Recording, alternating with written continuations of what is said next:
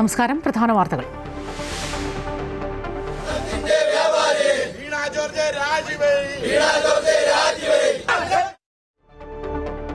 ചികിത്സാ പിഴവിൽ ആരോഗ്യമന്ത്രിക്കെതിരെ വ്യാപക പ്രതിഷേധം. മന്ത്രിയുടെ ഔദ്യോഗിക വസതിയിലേക്ക് തള്ളിക്കയറി റീത്ത് വെച്ച് യൂത്ത് കോൺഗ്രസ് പ്രവർത്തകർ. പത്തനംതിട്ടയിലും UDF പ്രതിഷേധം. റീത്തിന് പിന്നിൽ VD സതീശൻ എന്ന മന്ത്രി വീണ ജോർജ്. സതീശന്റെ നിർദ്ദേശത്തിന്റെ അടിസ്ഥാനത്തിൽ നടന്ന ആക്രമണമാണ്. ഞങ്ങളുടെ പരിപാടിയൊന്നുമല്ല സാധാരണ റീത്ത് വയ്ക്കല്. റീത്ത് പയ്യന്നൂരിൽ റീത്ത് വെച്ചത് ആരാ? റീത്ത് വയ്ക്കലല്ല തന്റെ പണിയെന്ന് VD സതീശൻ. കലാപത്തിനുള്ള ശ്രമമെന്ന് CPM.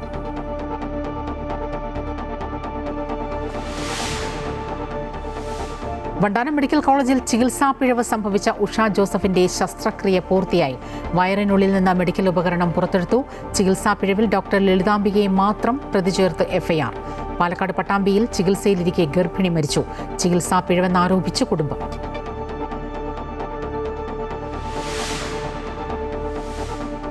SIR അന്തിമ പട്ടിക പ്രസിദ്ധീകരിച്ചു. അന്തിമ പട്ടികയിൽ 2.69 കോടി വോട്ടർമാർ.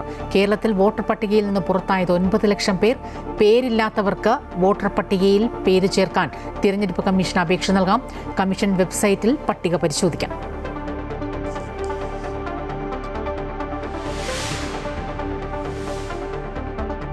ശബരിമല സ്വർണ്ണക്കൊള്ളയിൽ തന്ത്രി കണ്ഠരര് രാജീവർക്കും N വാസുവിനും ED സമൻസ്. മാർച്ച് ആദ്യം ചോദ്യം ചെയ്യലിന് ഹാജരാകാൻ നിർദ്ദേശം. തന്ത്രിയുടെ ജാമ്യം റദ്ദാക്കാൻ SIT ഉടൻ അപ്പീൽ നൽകിയേക്കില്ല.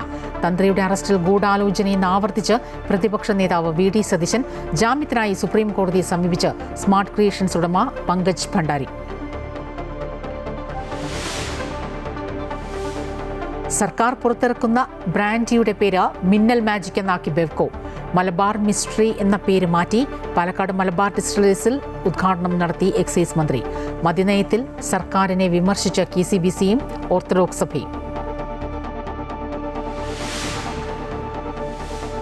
അമേരിക്ക ഏർപ്പെടുത്തിയ ആഗോള ഇറക്കുമതി തീരുവയിൽ ഇന്ത്യയ്ക്ക് ആശ്വാസം. വ്യാപാര കരാറിൽ ഒപ്പുവെച്ച രാജ്യങ്ങൾക്ക് 10% തീരുവ മാത്രമെന്ന് വൈറ്റ് ഹൌസ്. പ്രധാനമന്ത്രി നരേന്ദ്രമോദിയുടെ സന്ദർശനത്തിന് മുന്നോടിയായി ഇസ്രയേലുമായുള്ള പ്രതിരോധ സഹകരണം ശക്തമാക്കാൻ തയ്യാറെടുത്ത ഇന്ത്യ. മിസൈൽ പ്രതിരോധ സംവിധാനം വികസിപ്പിക്കും. ആരോഗ്യമന്ത്രി വീണ ജോർജിന്റെ ഔദ്യോഗിക വസതിക്ക് മുന്നിൽ റീത്ത് വെച്ച് പ്രതിഷേധിച്ച് യൂത്ത് കോൺഗ്രസ് പ്രവർത്തകർക്കെതിരെ പോലീസ് കേസെടുത്തു. യൂത്ത് കോൺഗ്രസ് ജില്ലാ പ്രസിഡന്റ് നേമം ഷജീറാണ് 1-ാം പ്രതി. കലാപശ്രമത്തിനും അതിക്രമിച്ചു കയറിയതിനുമാണ് കേസ്. വണ്ടാനം മെഡിക്കൽ കോളേജിലെ ചികിത്സാ പിഴവിലായിരുന്നു യൂത്ത് കോൺഗ്രസിന്റെ മിന്നൽ പ്രതിഷേധം. പ്രതിഷേധത്തിന്റെ സാഹചര്യത്തിൽ ഇടത് സംഘടനകൾ പ്രതിപക്ഷ നേതാവ് VD സതീശനെതിരെ പ്രതിഷേധം കടുപ്പിക്കും. വണ്ടാനം മെഡിക്കൽ കോളേജിലെ ശസ്ത്രക്രിയാ പിഴവ് ഉൾപ്പെടെ ആരോഗ്യമേഖലയിലെ പ്രതിസന്ധി ചൂണ്ടിക്കാട്ടിയാണ് യൂത്ത് കോൺഗ്രസ് പ്രവർത്തകർ രാവിലെ മന്ത്രിയുടെ വസതിയിലേക്ക് മാർച്ചും ധർണയും നടത്തിയത്. മന്ത്രിയുടെ ഔദ്യോഗിക വസതിയായി തൈക്കാട് ഹൗസിലേക്ക് എത്തിയ പ്രവർത്തകർ ഗേറ്റ് തകർത്ത് ഉള്ളിലേക്ക് കയറുകയായിരുന്നു. മന്ത്രിയുടെ വീടിന്റെ വാതിലിന് മുന്നിൽ റീത്ത് സമർപ്പിച്ചായിരുന്നു പ്രതിഷേധം.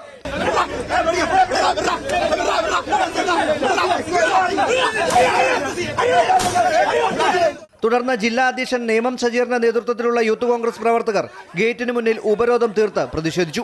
ഇതോടെ കൂടുതൽ പോലീസ് എത്തി പ്രവർത്തകരെ അറസ്റ്റ് ചെയ്ത് നീക്കാൻ ശ്രമിച്ചെങ്കിലും പ്രവർത്തകരും പോലീസും തമ്മിൽ വാക്കേറ്റവും സംഘർഷവും ഉണ്ടായി. അറസ്റ്റ് ചെയ്ത പ്രവർത്തകരുമായി നീങ്ങിയ ബസ് പ്രതിഷേധക്കാർ തടഞ്ഞെങ്കിലും കൂടുതൽ പോലീസ് എത്തി ഇവരെ മാറ്റി. മന്ത്രിയുടെ രാജി ആവശ്യപ്പെട്ട് പ്രതിഷേധം തുടരാനാണ് യൂത്ത് കോൺഗ്രസിന്റെ തീരുമാനം. അതേസമയം വണ്ടാനം മെഡിക്കൽ കോളേജിലെ ശസ്ത്രക്രിയാ പിഴവിൽ മന്ത്രി എന്ന നിലയിൽ നടപടികൾ സ്വീകരിച്ചതായി വീണ ജോർജ് പ്രതികരിച്ചു.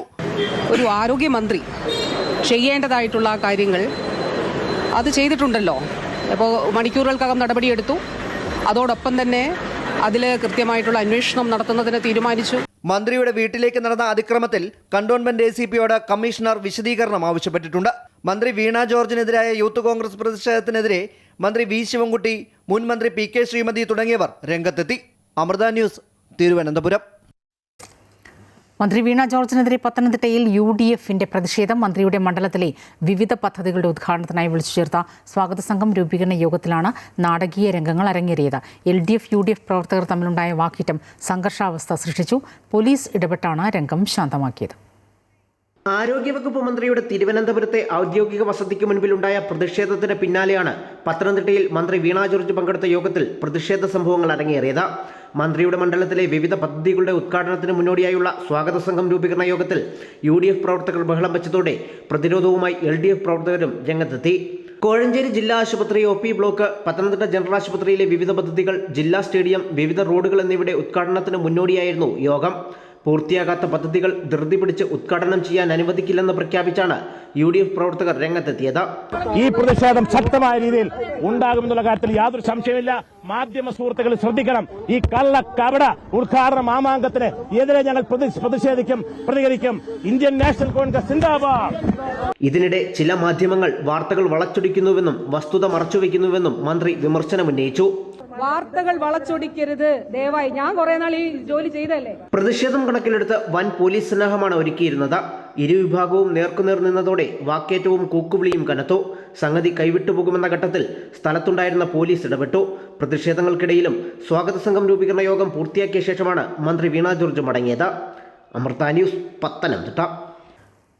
VD സതീശന്റെ നിർദ്ദേശപ്രകാരം നടന്ന ആക്രമണമെന്ന് ആവർത്തിച്ച് ആരോഗ്യമന്ത്രി വീണ ജോർജ്. യൂത്ത് കോൺഗ്രസ് പ്രവർത്തകർ ഗാർഡിനെയും ആക്രമിച്ചു. മന്ത്രി എന്ന നിലയിൽ ചെയ്യേണ്ടതെല്ലാം താൻ ചെയ്തിട്ടുണ്ട്. ചില മാധ്യമങ്ങൾ തെറ്റായ വിവരം പ്രചരിപ്പിക്കുന്നു. കോൺഗ്രസിന് ദയനീയ പരാജയം ഉണ്ടാകുമെന്ന ഭയത്തിലാണ് നിലവിലെ ആക്രമണമെന്നും വീണ ജോർജ് പത്തനംതിട്ടയിൽ ആരോപിച്ചു. മന്ത്രി വീണ ജോർജിന് മറുപടിയുമായി പ്രതിപക്ഷ നേതാവ് VD സതീശൻ. മന്ത്രിമാരുടെ വീട്ടിൽ റീത്ത് വയ്ക്കാൻ പറയുന്നതല്ല തന്റെ പണിയെന്നും വീടിന് അകത്തേക്ക് കയറിയുള്ള പ്രതിഷേധത്തോട് യോജിപ്പില്ലെന്നും VD സതീശൻ പറഞ്ഞു. അതേസമയം സർക്കാർ മെഡിക്കൽ കോളേജുകളുടെ പ്രവർത്തന രീതി പാടെ തകർന്നുവെന്നും ഈ മേഖല സർക്കാർ ശ്രദ്ധിച്ചില്ല എന്നും പ്രതിപക്ഷ നേതാവ് കുറ്റപ്പെടുത്തി. അല്ല, അങ്ങനെയാണെങ്കിൽ എൻ്റെ വീട്ടിലേക്ക്, കന്റോൺമെന്റ് ഹൗസിലേക്ക്, ഔദ്യോഗിക വസതിയിലേക്ക് DYFIക്കാരെ ഇരച്ചു കയറി വീട്ടിലെ ചെടിച്ചട്ടികളും മറ്റതും എല്ലാം തകർത്തു. അത് ഈ മന്ത്രിമാരുടെ പിന്തുണയോടുകൂടിയാണ് അവരയച്ചത് ആണോ? എൻ്റെ പറവൂരിലുള്ള എൻ്റെ സ്വകാര്യ വസതിയിലേക്ക് 30 പേര് വന്നു, DYFIക്കാർ വന്നു, ബാളം ഉണ്ടാക്കി വീട് അവിടെ നിന്നിരുന്നവരെ അടിച്ചു. എന്നിട്ട് അവിടെ എൻ്റെ വീടിൻ്റെ അകത്ത്, ഗേറ്റിൻ്റെ അകത്ത് നിന്നിരുന്നവർക്കെതിരായിട്ട് നോൺ ബെയിലബിൾ ഒഫൻസ് എടുത്തു. ആക്രമിച്ചവർക്കെതിരായിട്ട് കേസില്ല. ഞങ്ങളെ പരിപാടിയൊന്നുമല്ല സാധാരണ റീത്ത് വയ്ക്കല്. റീത്ത് പയ്യന്നൂരിൽ റീത്ത് വെച്ചത് ആരാ? ആ റീത്ത് വെച്ചതിന്റെ അർത്ഥം എന്താ? കൊല്ലുമെന്നാണ്. നിന്നെ ഞങ്ങൾ കൊല്ലും. MN വിജയമാഷിന്റെ മോന്റെ മുമ്പിൽ റീത്ത് വെച്ചത് ഞങ്ങളുടെ രീതിയല്ല, ദാസമര രീതിയല്ല. പിന്നെ എനിക്കിതല്ലല്ലോ ജോലി. മന്ത്രിമാരുടെ വീട്ടിൽ കൊണ്ട് റീത്ത് വയ്ക്കാൻ പറയലല്ലോ ജോലി. വണ്ടാനം മെഡിക്കൽ കോളേജിലെ ചികിത്സാ പിഴവിൽ വകുപ്പ് മേധാവി ഡോക്ടർ ലളിതാംബികയ്ക്കെതിരെ കേസെടുത്ത പോലീസ്. ഉഷയുടെ ബന്ധു നൽകിയ പരാതിയിലാണ് അമ്പലപ്പുഴ പോലീസ് കേസ് രജിസ്റ്റർ ചെയ്തത്. ശസ്ത്രക്രിയ നടത്തിയ ടീമിലെ ആരും തന്നെ കേസിൽ പ്രതികളല്ല. ഉഷയുടെ പരാതിയിൽ അന്വേഷണം നടത്തിയ വിദഗ്ധ സംഘം മെഡിക്കൽ വിദ്യാഭ്യാസ ഡയറക്ടർക്ക് ഉടൻ റിപ്പോർട്ട് കൈമാറും. വകുപ്പ് മേധാവിയായിരുന്ന ഡോക്ടർ ലളിതാംബികയെ മാത്രം പ്രതി ചേർത്താണ് പോലീസ് കേസെടുത്തിരിക്കുന്നത്. ശസ്ത്രക്രിയ നടത്തിയ ഡോക്ടർ ഷാഹിദയോ മറ്റുള്ളവരോ പ്രതികളല്ല. മനുഷ്യജീവനും വ്യക്തിസുരക്ഷയ്ക്കും അപകടകരമാം വിധം പ്രവർത്തിച്ചെന്നാണ് FIR-ൽ പറയുന്നത്.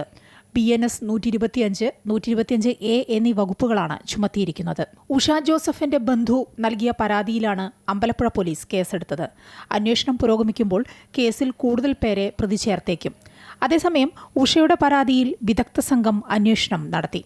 തിരുവനന്തപുരം, കോട്ടയം മെഡിക്കൽ കോളേജുകളിലെ വിദഗ്ധരാണ് ചികിത്സാ പിഴവ് സംബന്ധിച്ച് അന്വേഷണം നടത്തിയത്. ശസ്ത്രക്രിയയ്ക്കിടെ ഉഷയുടെ വയറ്റിൽ ശസ്ത്രക്രിയാ ഉപകരണം കുടുങ്ങിയതിൽ വീഴ്ച സംഭവിച്ചുവെന്ന് പ്രാഥമിക അന്വേഷണത്തിൽ തന്നെ കണ്ടെത്തിയിരുന്നു. ഇതിന്റെ അടിസ്ഥാനത്തിൽ ശസ്ത്രക്രിയ നടത്തിയ ഡോക്ടർ ഷാഹിദയെയും നഴ്സിംഗ് ഓഫീസർ ധന്യയെയും ഇന്നലെ രാത്രി തന്നെ സസ്പെൻഡ് ചെയ്തിരുന്നു. ഇനി വിദഗ്ധ സമിതിയുടെ കണ്ടെത്തലുകളുടെ അടിസ്ഥാനത്തിലായിരിക്കും കേസിൽ കൂടുതൽ തുടർ നടപടികൾ ഉണ്ടാവുക. അമൃത ന്യൂസ്, ആലപ്പുഴ. മെഡിക്കൽ ഉപകരണം വയറ്റിൽ കുടുങ്ങിയ ഉഷ ജോസഫിന്റെ ശസ്ത്രക്രിയ പൂർത്തിയായി. കൊച്ചി അമൃത ആശുപത്രിയിൽ നടന്ന ശസ്ത്രക്രിയയിൽ പുറത്തെടുത്ത ഉപകരണം അമ്പലപ്പുഴ പോലീസിന് കൈമാറി. രോഗിയുടെ നില തൃപ്തികരമാണെന്ന് ഡോക്ടർമാർ അറിയിച്ചു.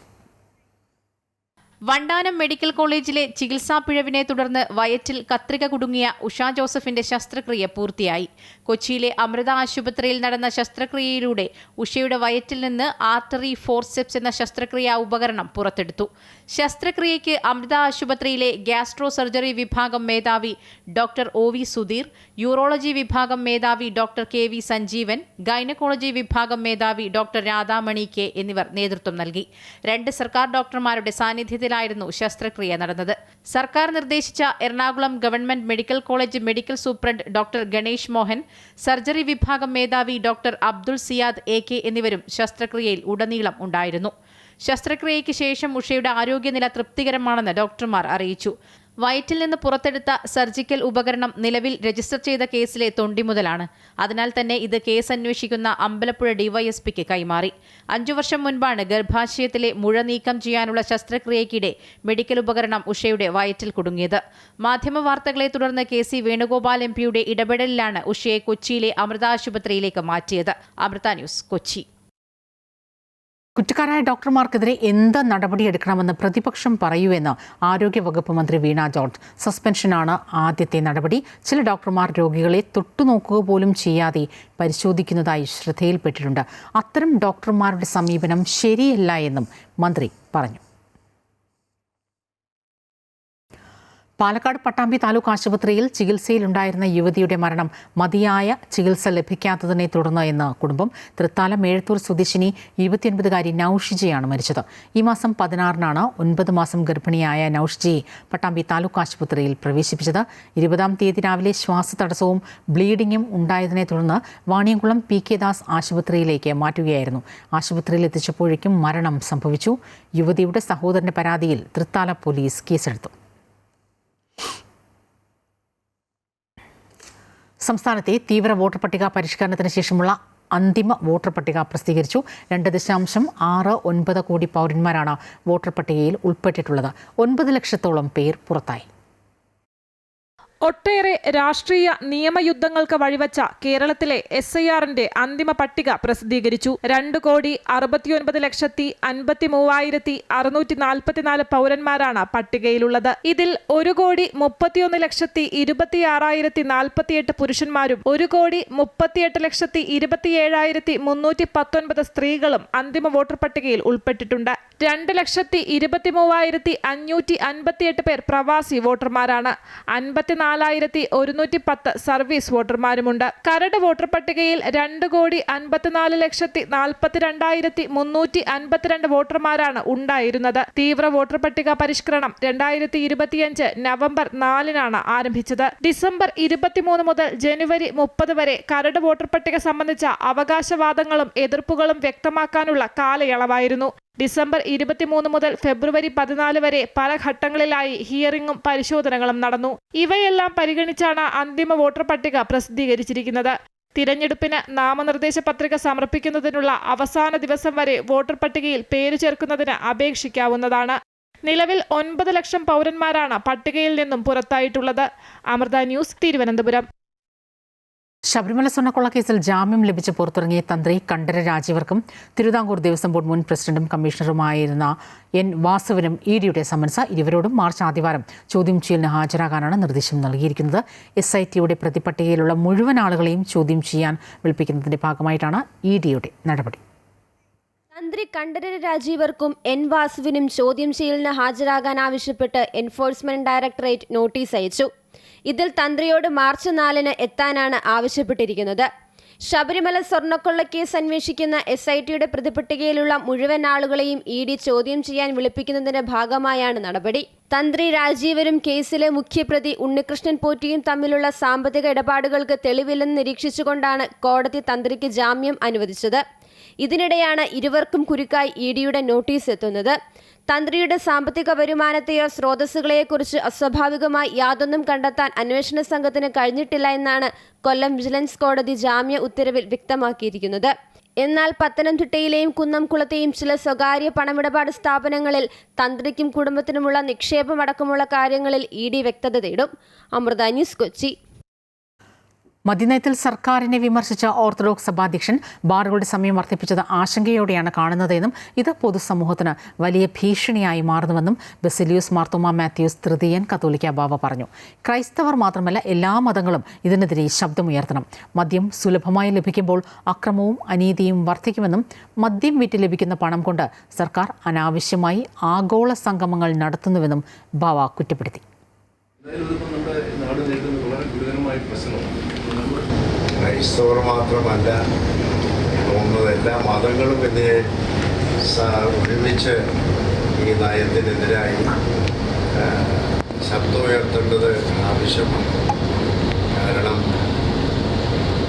ഈ മദ്യം ഇത്രയും സുലഭമായി കിട്ടാനുള്ള സാഹചര്യം ഉണ്ടാക്കുന്നത് ഒന്ന്, അതുകൊണ്ട് കൂടുതൽ അക്രമവും അനീതിയും പിടിച്ചുപറിയും കൊലപാതകവും വർദ്ധിക്കുന്നു എന്നുള്ളതേ ഉള്ളൂ. രണ്ടാമത്, ഇങ്ങനെ കൂടുതൽ മദ്യം വിറ്റ് കിട്ടുന്നതായ പണം കൊണ്ട് ആവശ്യമില്ലാത്ത ആഗോള സമ്മേളനങ്ങൾ നടത്താനായിട്ട് ഗവൺമെൻറ് സാധിക്കും.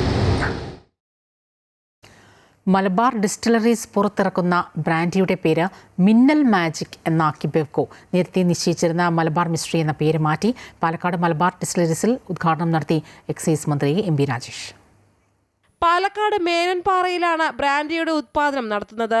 ഒരു മാസത്തിനകം മിന്നൽ മാജിക് ബെവ്കോ ഔട്ട്ലെറ്റുകളിലെത്തും. 13,500 കേസ് മദ്യമായിരിക്കും ദിനംപ്രതി ഉണ്ടാക്കുക. 1/2 ലിറ്റർ കുപ്പിയിലാണ് ഉത്പാദനം. 1/2 ലിറ്റർ മിന്നൽ മാജിക്കിന് 400 രൂപയെന്ന സൂചന. നിലവിൽ സർക്കാർ ഉൽപ്പാദിപ്പിക്കുന്നത് ജവാൻ ഡ്രം മാത്രമാണ്. നേരത്തെ പൊതുജനങ്ങളിൽ നിന്ന് പേര് സ്വീകരിച്ചത് ഹൈക്കോടതി തടഞ്ഞിരുന്നു. ജനങ്ങളിൽ നിന്ന് സ്വീകരിക്കുന്ന പേര് ബ്രാൻഡിക്ക് ഇടുമെന്നും തെരഞ്ഞെടുത്ത പേരിന് 10,000 രൂപ സമ്മാനമായി നൽകുമെന്നും നേരത്തെ ബെവ്കോ MD പ്രഖ്യാപിച്ചതിന് പിന്നാലെയാണ് വിവാദങ്ങൾ തുടങ്ങിയത്. മദ്യ ഉപഭോഗം പ്രോത്സാഹിപ്പിക്കുന്നത് നിയമവിരുദ്ധമാണെന്ന് ചൂണ്ടിക്കാട്ടി ഹൈക്കോടതിയിൽ ഹർജിയെത്തിയതോടെ പരസ്യം നൽകിയത് തങ്ങളല്ല എന്ന് ബെവ്കോ സത്യവാങ്മൂലം നൽകി തടിയൂരി. മദ്യം ഉൽപ്പാദിപ്പിക്കുന്നതിനുള്ള വെള്ളം തുടക്കത്തിൽ മലമ്പുഴ ഡാമിൽ നിന്ന് നേരിട്ടെത്തിക്കാനാണ് ശ്രമിക്കുന്നത്. അമൃത ന്യൂസ്, തിരുവനന്തപുരം. സംസ്ഥാനത്ത് ബാറുകളുടെ പ്രവർത്തന സമയം ദീർഘിപ്പിക്കാനുള്ള സർക്കാർ തീരുമാനത്തിനെതിരായ നീക്കങ്ങളുടെ ഭാഗമായി KCBC മദ്യവിരുദ്ധ സമിതി ഭാരവാഹികൾ ഓർത്തഡോക്സ് സഭ അധ്യക്ഷനുമായി കൂടിക്കാഴ്ച നടത്തി. മദ്യനയത്തിന് എതിരെ എല്ലാ മതസമുദായങ്ങളെയും ചേർത്തുകൊണ്ടുള്ള നീക്കത്തിന് ശ്രമിക്കുമെന്ന് കൂടിക്കാഴ്ചയ്ക്ക് ശേഷം മദ്യവിരുദ്ധ സമിതി സംസ്ഥാന സെക്രട്ടറി പ്രസാദ് കുരുവിള പറഞ്ഞു. എല്ലാ സമുദായ വിഭാഗം, എല്ലാ മതസ്ഥരങ്ങളെ കൂട്ടിയുള്ള സംവിധാനം ഓൾ കേരള ലെവലിൽ ഗൗരവമായിട്ട് ചിന്തിക്കണമെന്നാണ് ബാബ തിരുമേനി ഒന്ന് സൂചിപ്പിച്ചത്. പിന്നെ അദ്ദേഹം പറഞ്ഞത് ഈ വലിയ സമരമാർഗ്ഗങ്ങളിലേക്ക് പോകുന്നേക്കാളും നല്ല സർക്കാരിൻ്റെ വരുമാനം കുറയ്ക്കുക എന്നുള്ള. സർക്കാരിൻ്റെ വരുമാനം എന്ന് പറഞ്ഞാൽ തിരുമേനി ഉദ്ദേശിച്ചത് എല്ലാ വരുമാനം കുറയ്ക്കുക എന്നുള്ളതല്ല. മഹിളാ കോൺഗ്രസ് നേതാവ് R. രശ്മി BJPയിൽ അംഗത്വം സ്വീകരിച്ചു. BJP സംസ്ഥാന കാര്യാലയത്തിൽ വെച്ച് R. രശ്മിക്ക് സംസ്ഥാന അധ്യക്ഷൻ രാജീവ് ചന്ദ്രശേഖർ അംഗത്വം നൽകി. DCC ചുമതലയുള്ള ഒരാൾ തന്നെക്കുറിച്ച് മോശമായി സംസാരിച്ചുവെന്നും KPCC അധ്യക്ഷനടക്കം പരാതി നൽകിയിട്ടും നടപടിയുണ്ടായില്ല എന്നും R. രശ്മി പറഞ്ഞു. വരും ദിവസങ്ങളിൽ എല്ലാ കാര്യങ്ങളും പറയും. ഐഷ പോറ്റി വന്നതല്ല പാർട്ടി വിടാൻ കാരണമെന്നും അവർ വ്യക്തമാക്കി. അതേസമയം R. രശ്മി നിയമസഭാ തെരഞ്ഞെടുപ്പിൽ മത്സരിക്കുമെന്ന് രാജീവ് ചന്ദ്രശേഖർ പറഞ്ഞു. 2021 കൊട്ടാരക്കര നിയോജക മണ്ഡലത്തിലെ UDF സ്ഥാനാർത്ഥിയായിരുന്നു രശ്മി. ഐഷ പോറ്റി ഇടതുമുന്നണിയിൽ നിന്ന് കോൺഗ്രസിൽ ചേർന്നതു മുതൽ രശ്മി പാർട്ടി നേതൃത്വവുമായി അകൽച്ചയിലായിരുന്നു. 2 ഉപാധികൾ കോൺഗ്രസിന് മുന്നിൽ രശ്മി വച്ചിരുന്നു. കഴിഞ്ഞ തെരഞ്ഞെടുപ്പിലുണ്ടായ സാമ്പത്തിക ബാധ്യത പാർട്ടി തീർക്കണമെന്നും UDF അധികാരത്തിൽ വന്നാൽ ബോർഡ്, കോർപ്പറേഷൻ സ്ഥാനങ്ങളിൽ ഏതെങ്കിലും ഒന്ന് നൽകണമെന്നുമായിരുന്നു ആവശ്യം. എന്നാൽ അനുകൂലമായ മറുപടി കോൺഗ്രസ് നേതാക്കൾ നൽകിയില്ല എന്നാണ് വിവരം. കഴിഞ്ഞ നിയമസഭാ തെരഞ്ഞെടുപ്പിന് ശേഷം കൊട്ടാരക്കരയിൽ നിന്നുണ്ടായ തിക്താനുഭവങ്ങളാണ് പാർട്ടിയിൽ നിന്ന് അകലാൻ കാരണമായതെന്നും നേതൃത്വത്തിന് പരാതി നൽകിയെങ്കിലും പരിഹാരമുണ്ടായില്ലെന്നും രശ്മി പറയുന്നു.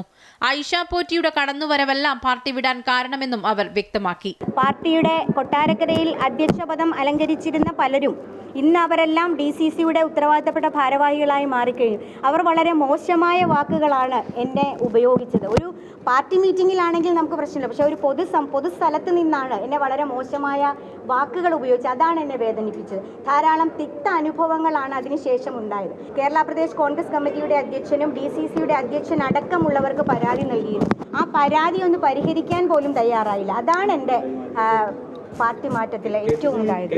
വരുന്ന നിയമസഭാ തെരഞ്ഞെടുപ്പിൽ R. രശ്മി മത്സരിക്കുമെന്ന് പാർട്ടിയിൽ അംഗത്വം നൽകിയതിനു ശേഷം BJP സംസ്ഥാന അധ്യക്ഷൻ രാജീവ് ചന്ദ്രശേഖർ പറഞ്ഞു. രശ്മിയെ പാർട്ടിയിൽ സ്വാഗതം ചെയ്യുന്നു.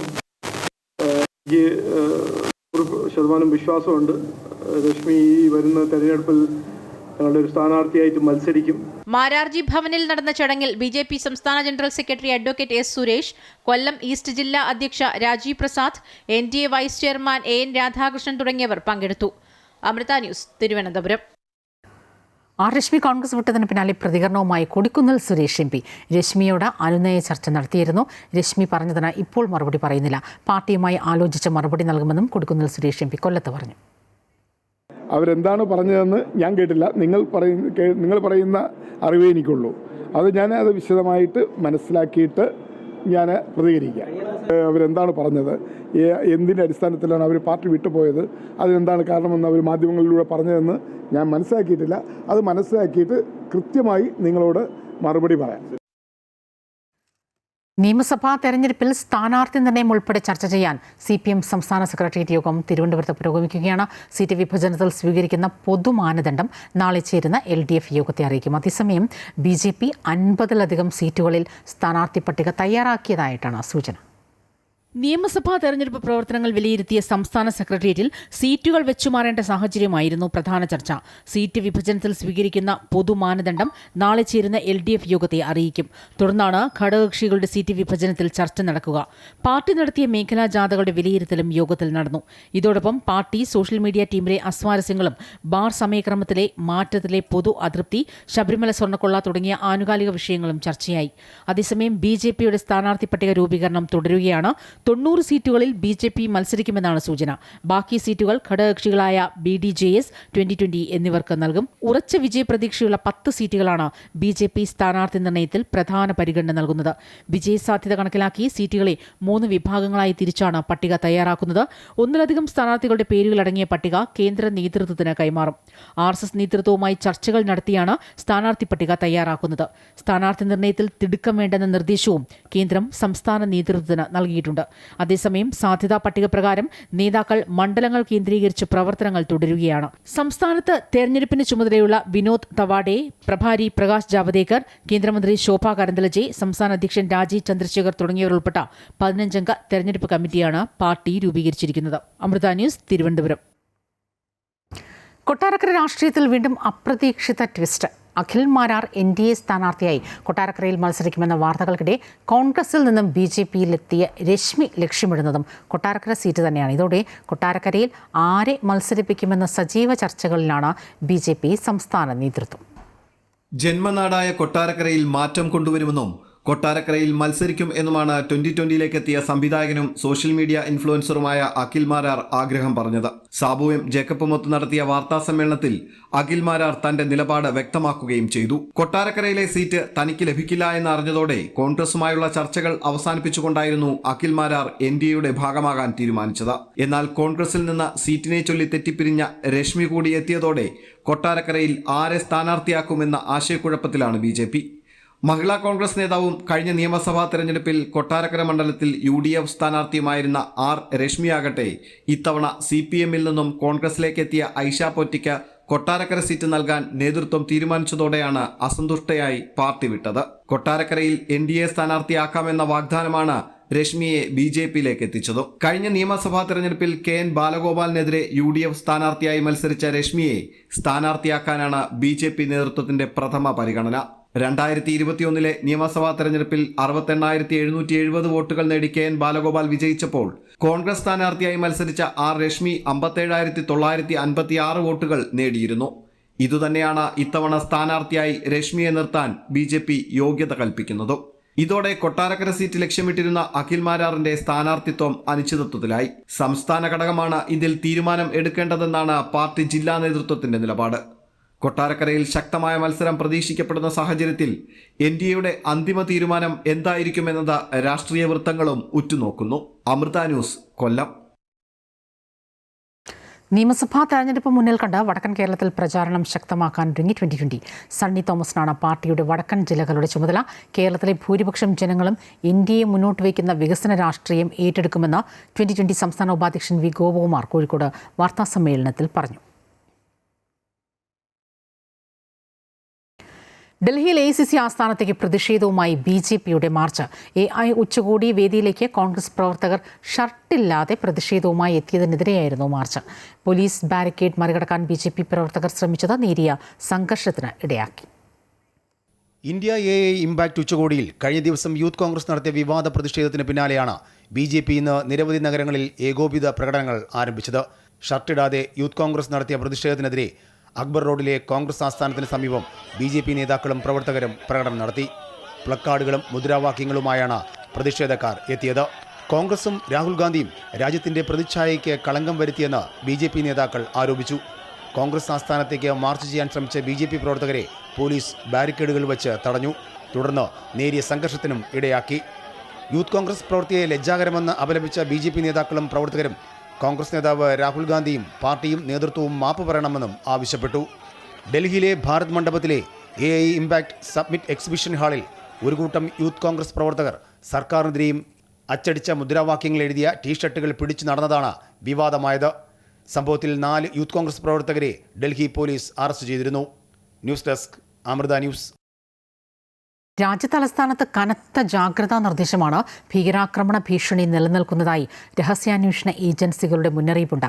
പാകിസ്ഥാൻ കേന്ദ്രമായി പ്രവർത്തിക്കുന്ന ഭീകര സംഘടനയായ ലഷ്കർ-ഇ-തോയ്ബ ചെങ്കോട്ടയ്ക്കും ചാന്ദിനി ചൌക്ക് പ്രദേശത്തെ ക്ഷേത്രങ്ങൾക്കും നേരെ ആക്രമണം നടത്താൻ പദ്ധതിയിടുന്നു എന്നാണ് റിപ്പോർട്ട്. ഫെബ്രുവരി 6-ന് ഇസ്ലാമാബാദിലെ മസ്ജിദിലുണ്ടായ സ്ഫോടനത്തിന് പ്രതികാരമായാണ് ലഷ്കർ-ഇ-തോയ്ബ ആക്രമണം ആസൂത്രണം ചെയ്യുന്നതെന്നാണ് രഹസ്യാന്വേഷണ ഏജൻസികളുടെ മുന്നറിയിപ്പ്. ഇന്ത്യയിലുടനീളം വലിയ തോതിലുള്ള ഭീകരാക്രമണങ്ങൾ നടത്താൻ ഇവർ ലക്ഷ്യമിടുന്നതായും ഡൽഹിയിലെ ചെങ്കോട്ടയ്ക്ക് പുറമെ രാജ്യത്തെ മറ്റ് പ്രമുഖ ആരാധനാലയങ്ങളും ലഷ്കർ-ഇ-തോയ്ബയുടെ നിരീക്ഷണത്തിലാണെന്നും റിപ്പോർട്ടുകൾ ചൂണ്ടിക്കാട്ടുന്നു. 2025 നവംബർ 10-ന് ചെങ്കോട്ടയ്ക്ക് സമീപമുണ്ടായ സ്ഫോടനത്തിൽ 12 പേർ കൊല്ലപ്പെട്ട സംഭവത്തിന്റെ പശ്ചാത്തലത്തിൽ കൂടിയാണ് മുന്നറിയിപ്പ് നൽകുന്നത്. നിലവിൽ ഡൽഹി പോലീസും കേന്ദ്ര സുരക്ഷാ ഏജൻസികളും രാജ്യത്ത് നിരീക്ഷണം ശക്തമാക്കിയിട്ടുണ്ട്. തിരക്കേറിയിടങ്ങളിൽ കൂടുതൽ സുരക്ഷാ ഉദ്യോഗസ്ഥരെ വിന്യസിക്കുകയും വാഹന പരിശോധനകൾ ശക്തമാക്കുകയും ചെയ്തിട്ടുണ്ട്. ഇന്ത്യ-പാകിസ്ഥാൻ അതിർത്തിയിൽ സൈന്യവും പോലീസും സംയുക്തമായി തിരച്ചിൽ നടത്തുകയാണ്. കൂടാതെ സംശയാസ്പദമായ സാഹചര്യത്തിൽ ആരെയെങ്കിലും കണ്ടാലോ ഉപേക്ഷിക്കപ്പെട്ട നിലയിൽ വസ്തുക്കൾ ശ്രദ്ധയിൽപ്പെട്ടാലോ ഉടൻ അധികൃതരെ അറിയിക്കണമെന്ന് ജനങ്ങൾക്കും നിർദ്ദേശം നൽകിയിട്ടുണ്ട്. News desk Amrita TV. പകർച്ചെങ്കും റദ്ദാക്കിയ സുപ്രീം കോടതി വിധിക്കെതിരെ ആഞ്ഞടിച്ച് ഡൊണാൾഡ് ട്രംപ് 5 മാസത്തേക്ക് ആഗോളതലത്തിൽ 10% അധിക നികുതി ചുമത്തി. താരിഫുകൾ നിയമാനുസൃതമല്ലെന്ന കോടതി വിധി തള്ളിയ ട്രംപ് ബദൽ നിയമങ്ങൾ ഉപയോഗിച്ച് തീരുവ പുനഃസ്ഥാപിക്കുമെന്നും പ്രഖ്യാപിച്ചു. അതേസമയം വ്യാപാര കരാറിൽ ഒപ്പുവെച്ച അല്ലെങ്കിൽ ധാരണയിലെത്തിയ രാജ്യങ്ങൾക്ക് 10% മാത്രമായിരിക്കും താരിഫ്. ഒപ്പുവെച്ചില്ലെങ്കിലും ഇന്ത്യക്കും ആശ്വാസകരമാകുന്നതാണ് തീരുമാനം. വ്യാപാര പങ്കാളികളായ രാജ്യങ്ങൾക്ക് മേൽ താൻ ചുമത്തിയ തീരുവകൾ റദ്ദാക്കിയ സുപ്രീം കോടതി വിധിയെ അപമാനകരം എന്ന് വിശേഷിപ്പിച്ച ശേഷമാണ് 150 ദിവസത്തേക്ക് 10% ആഗോള താരിഫ് ഡൊണാൾഡ് ട്രംപ് പ്രഖ്യാപിച്ചത്. സാമ്പത്തിക കമ്മി പരിഹരിക്കാൻ താൽക്കാലികമായി സർചാർജ് ചുമത്താൻ പ്രസിഡന്റിനെ അനുവദിക്കുന്ന 1974 നിയമത്തിലെ വ്യവസ്ഥ പ്രകാരമാണ് പുതിയ പ്രഖ്യാപനം. മുമ്പ് ചുമത്തിയ താരിഫുകൾ തുടരുമെന്നും ട്രംപ് പറഞ്ഞു. For not having the courage to do what's right for our country. Foreign countries that have been ripping us off for years are ecstatic. They're so happy. And they're dancing in the streets, but they won't be dancing for long. That I can assure you. ജഡ്ജിമാർക്കെതിരെ രൂക്ഷ വിമർശനം ഉന്നയിച്ച Donald Trump ജഡ്ജിമാർ ദേശസ്നേഹമില്ലാത്തവരാണെന്നും വിദേശ താൽപര്യങ്ങൾ സ്വാധീനിച്ചിട്ടുണ്ടാകാമെന്നും കുറ്റപ്പെടുത്തി.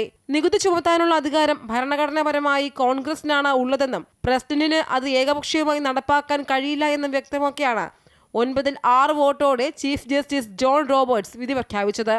അതേസമയം India അടക്കം വ്യാപാര കരാറിൽ ഒപ്പുവെച്ച രാജ്യങ്ങൾക്ക് 10% മാത്രമായിരിക്കും താരിഫ് എന്നും നരേന്ദ്രമോദി തന്റെ ഉത്തമ സുഹൃത്താണെന്നും ട്രംപ് കൂട്ടിച്ചേർത്തു.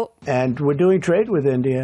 India pulled out of Russia. You know, India was getting its oil from Russia, right? And they pulled way back at my request because we want to settle that horrible war where 25,000 people are dying every month. And my relationship with Prime Minister Modi is, I would say, great. തന്റെ വ്യാപാര അജണ്ടയിൽ നിന്ന് പിന്നോട്ടില്ലെന്ന് വ്യക്തമാക്കിയ Trump തീരുവ ചുമത്താൻ കൂടുതൽ ശക്തമായ മാർഗങ്ങളുണ്ടെന്നും കൂട്ടിച്ചേർത്തു. International desk Amrita TV. പ്രതിരോധ രംഗത്ത് ഇന്ത്യയും ഇസ്രയേലും പരസ്പര സഹകരണം ശക്തമാക്കുന്നു. ഇസ്രയേലുമായി ചേർന്ന മിസൈൽ പ്രതിരോധ സംവിധാനം വികസിപ്പിക്കാനുള്ള തയ്യാറെടുപ്പിലാണ് ഇന്ത്യ. ഫെബ്രുവരി 25-26 തീയതികളിലാണ് പ്രധാനമന്ത്രി മോദി ഇസ്രയേൽ സന്ദർശിക്കുക. അതിനു മുന്നോടിയായിട്ടാണ് സഹകരണം ശക്തമാക്കാനുള്ള തയ്യാറെടുപ്പുകൾ നടത്തുന്നത്. ബാലിസ്റ്റിക് മിസൈൽ പ്രതിരോധ സംവിധാനങ്ങൾ, ലേസർ ആയുധങ്ങൾ, മിസൈലുകൾ, ഡ്രോണുകൾ എന്നിവ സംയുക്തമായി വികസിപ്പിക്കുന്നതും പദ്ധതിയിൽ ഉൾപ്പെടുന്നു. സുരക്ഷാ സഹകരണം സംബന്ധിച്ച് ഇരു രാജ്യങ്ങളും ധാരണാപത്രം ഒപ്പിട്ടേക്കും. പ്രതിരോധ കരാറിലെത്താനുള്ള സാധ്യത കുറവാണ് കുറവാണെങ്കിലും ഏറ്റവും പുതിയ പ്രതിരോധ സാങ്കേതിക വിദ്യകൾ ഇന്ത്യയുമായി പങ്കിടാൻ ഇസ്രയേൽ സമ്മതിച്ചുവെന്നാണ് ദേശീയ മാധ്യമങ്ങൾ റിപ്പോർട്ട് ചെയ്യുന്നത്. ഹൈടെക് ലേസർ പ്രതിരോധവും മറ്റ് നൂതന സംവിധാനങ്ങളും ഇതിൽ ഉൾപ്പെടുന്നു. സോളാർ കേസുമായി ബന്ധപ്പെട്ട മാരാരിക്കുളം പോലീസ് സ്റ്റേഷൻ ആക്രമിച്ച സംഭവത്തിൽ പ്രതികളായ 20 CPM പ്രവർത്തകരെയും കുറ്റവിമുക്തരാക്കി ആലപ്പുഴ അസിസ്റ്റന്റ് സെഷൻസ് കോടതി. തെളിവുകളുടെ അഭാവത്തിലാണ് കേസിലെ മുഴുവൻ പ്രതികളെയും കോടതി വെറുതെ വിട്ടത്.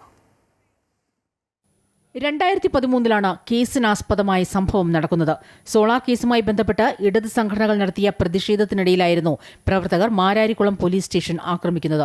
കേസിൽ പ്രതികളായ 20 CPM പ്രവർത്തകരെയാണ് 13 വർഷങ്ങൾക്കിപ്പുറം ആലപ്പുഴ അസിസ്റ്റന്റ് സെഷൻസ് കോടതി കുറ്റവിമുക്തരാക്കി ഉത്തരവായത്. പോലീസ് സ്റ്റേഷൻ തീയിടാൻ ശ്രമിച്ചുവെന്നായിരുന്നു കേസ്. പ്രതിഷേധക്കാർ ഉമ്മൻചാണ്ടിയുടെ കോലം കത്തിക്കുന്നത് തടയുന്നതിനിടെ പോലീസുകാർക്കും പൊള്ളലേറ്റിരുന്നു.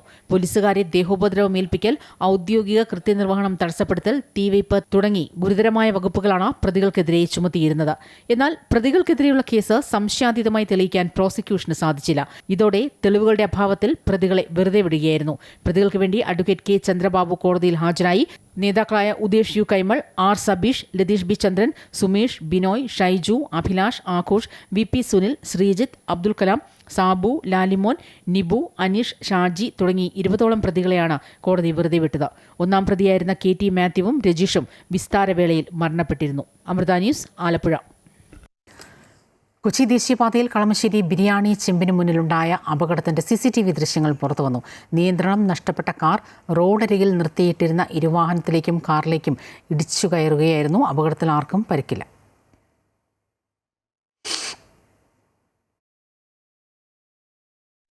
കണ്ണൂരിൽ നിക്ഷാൻ ഇലക്ട്രോണിക്സ് ഏർപ്പെടുത്തിയ സമ്മാന പദ്ധതിയുടെ വിജയിക്കുള്ള സമ്മാനങ്ങൾ വിതരണം ചെയ്തു. കഴിഞ്ഞ സീസണിലെ ബമ്പർ സമ്മാനമായ സ്കോഡ കുഷാക്കിന്റെ താക്കോൽ വിജയി KC ഇഫ്രാത്തിന് കൈമാറി. രണ്ടാം സമ്മാനമായ BMW സ്പോർട്സ് ബൈക്ക് താഹിറയ്ക്കും, മൂന്നാം സമ്മാനമായ ഏത് ഇലക്ട്രിക് സ്കൂട്ടർ മുഹമ്മദ് സഹാസെ KPക്കും സമ്മാനിച്ചു. Nikshan managing director MMV Moidu, executive director Nikshan Ahmed, chamber of commerce മുൻ പ്രസിഡന്റ് രമേശ് കുമാർ, നിക്ഷാൻ മാനേജർമാർ തുടങ്ങിയവരും ചടങ്ങിൽ പങ്കെടുത്തു. നിക്ഷാനിൽ സംഘടിപ്പിച്ച നറുക്കെടുപ്പിലൂടെയാണ് ഭാഗ്യശാലികളെ കണ്ടെത്തിയത്.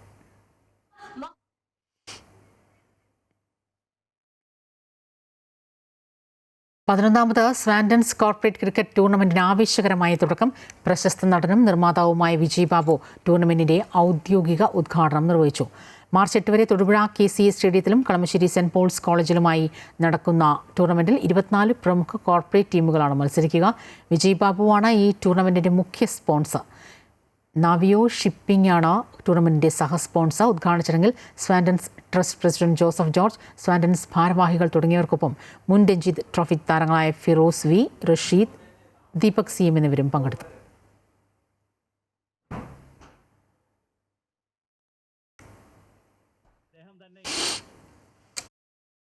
Sponsored. This is just pure love for this entire team of Swantons because it's like home for me. I've always been with you all. And secondly, love for cricket. Anyway, wishing all the best for all the teams. And groundil nu chumma vaja kadichittu kariyilla kaliyana.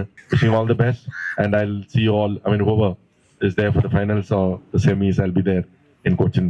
I pronounce as I inaugurated Swantons 11:30. Thank you. Kannur മേലെ ചൊവ്വയിൽ ഓടിക്കൊണ്ടിരുന്ന കാറിന്റെ tyre പൊട്ടി അപകടം 3 പേർക്ക് പരിക്കേറ്റു. ഇതേ തുടർന്ന് നിയന്ത്രണം നഷ്ടമായ കാർ സമീപത്തുണ്ടായിരുന്ന ഓട്ടോ ടാക്സിയിലിടിക്കുകയും ഓട്ടോ മറിയുകയും ചെയ്തു. ഈ വാഹനത്തിലുണ്ടായിരുന്ന 3 പേർക്കാണ് പരിക്കേറ്റത്. അപകടത്തിന്റെ മറ്റൊരു വാഹനത്തിലെ CCTV ക്യാമറയിൽ പതിഞ്ഞ ദൃശ്യം പുറത്തുവന്നു.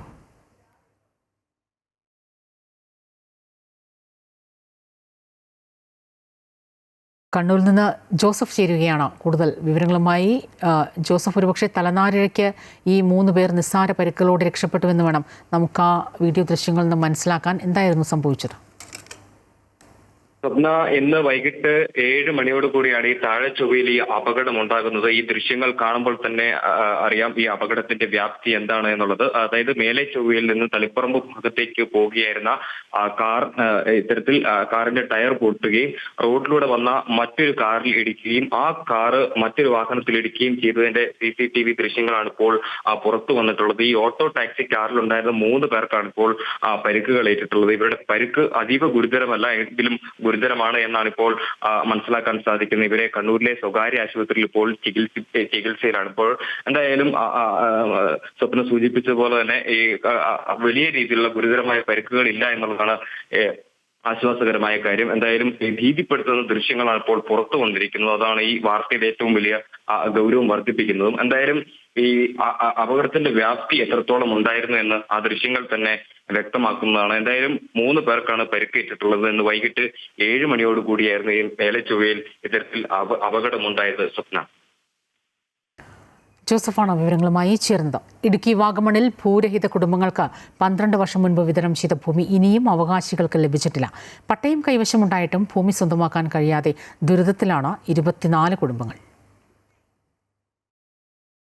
2014 ഫെബ്രുവരി 21 ഇടുക്കിയിൽ നടന്ന ജനസമ്പർക്ക പരിപാടിയിൽ വെച്ചാണ് അന്നത്തെ മുഖ്യമന്ത്രി ഉമ്മൻചാണ്ടി വാഗമണിലെ 24 ഭൂരഹിത കുടുംബങ്ങൾക്ക് 3 സെന്റ് ഭൂമി വീതം നൽകിയത്.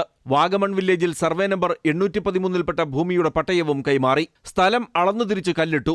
പട്ടയം ലഭിച്ചവർ ഇവിടെ വീട് വയ്ക്കാനെത്തിയപ്പോൾ സ്വകാര്യ വ്യക്തി തടസ്സവുമായി വന്നു. തന്റെ പട്ടയ ഭൂമിയാണ് സർക്കാർ ഭൂരഹിതർക്ക് വിതരണം ചെയ്തതെന്നായിരുന്നു ആരോപണം.